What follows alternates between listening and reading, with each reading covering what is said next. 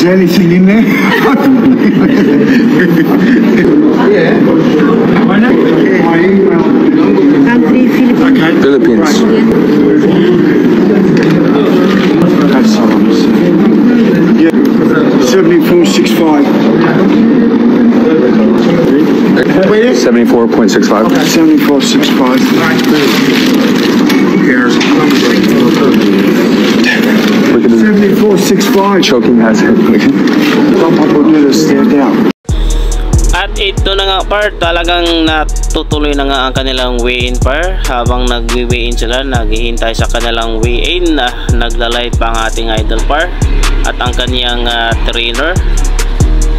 Ito po par, at ang anak po ni Shane Gibbons.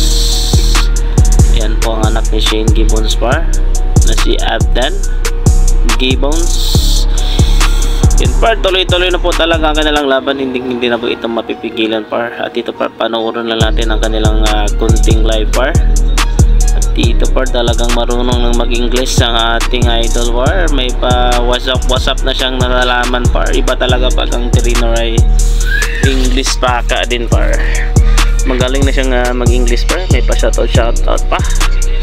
Kaya par, good luck po sa ating kababayan. Panoorin natin to par, no? Mamaya abang-abangan na magiging resulta sa kanilang laban par dito kay Camalieri.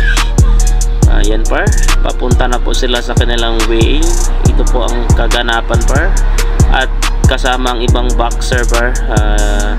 Kinukuhaan pa sila ng mga BP, no, or blood pressure bago sila sumabak sa timbangan. Ito par, si Camalieri. Ito po ang team Camalieri par.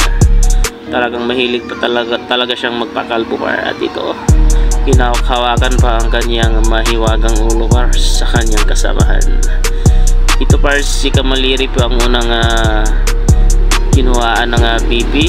Sumunod po ang ating kababayang si Wiljan Mindoro par. Yan, una pong sumabak sa timbangan itong si Camalieri par. 76-65 bata yung ano nila,